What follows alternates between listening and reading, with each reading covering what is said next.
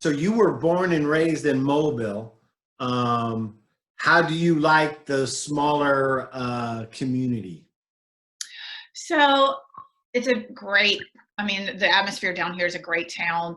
They obviously were driven by tourism dollars. So we get to benefit from all the perks that that comes with. Obviously, a little bit of traffic during the peak season, but the benefits outweigh that.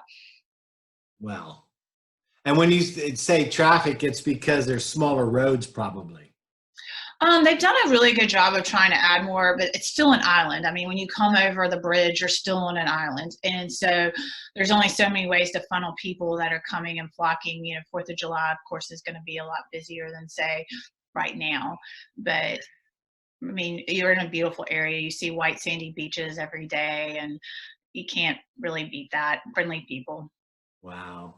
Okay, so now let's get into some real estate.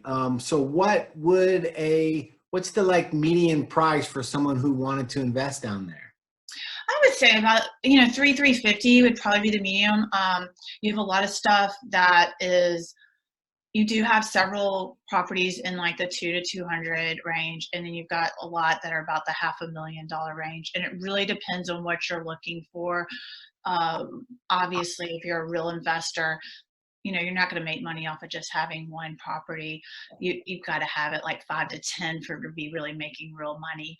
And some Okay. people like to diversify. Some like to, you know, stick in the average. Some like to get some that are a little bit lesser tier, and then some a little bit higher tier, and let them all kind of work together. All right, fantastic. And is that what most of your clients do? They have several properties out there?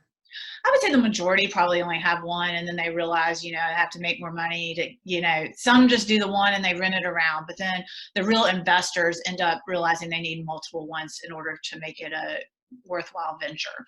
And so they end up buying, and some will just stick with all high end, some will stick with all low end, but a lot of them have started diversifying. Like I'll have some 1 bedrooms, I'll have some 2 bedrooms, I'll have some 3 bedrooms, and, you know, and variety of different tiers.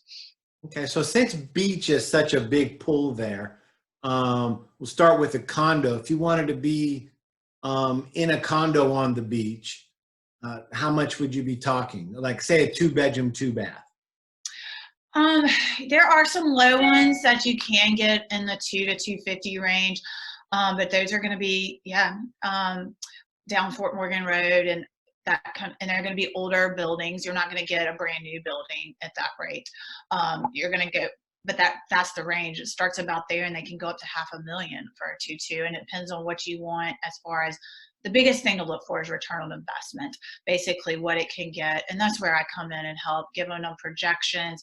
And there's different things in each building, you know, view, size of the room, how many it sleeps, beds and bath size, amenities for the complex. And another thing people need to look at is whether or not the complex has been assessed and what the assessments have been. I.e., if they just put a new roof on it last year, they're obviously not going to be putting a roof for a while, so you're not going to be assessed for that in the next coming up years. Speaking of those, we call them homeowner association fees. Mhm. What's the range like from the 200 to the 500? I'm sure there's all kind of different prices. That is really all over the place, and I mean literally all over the place. It can be from 300 to 500 a month to over 1,000 a month, and it really depends on the complex and what amenities they are and who's running the HOA.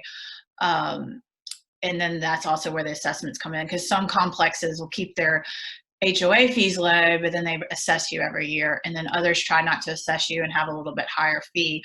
So some of that's things to definitely look into, and you can always ask to look into the reserve and the numbers of the complex.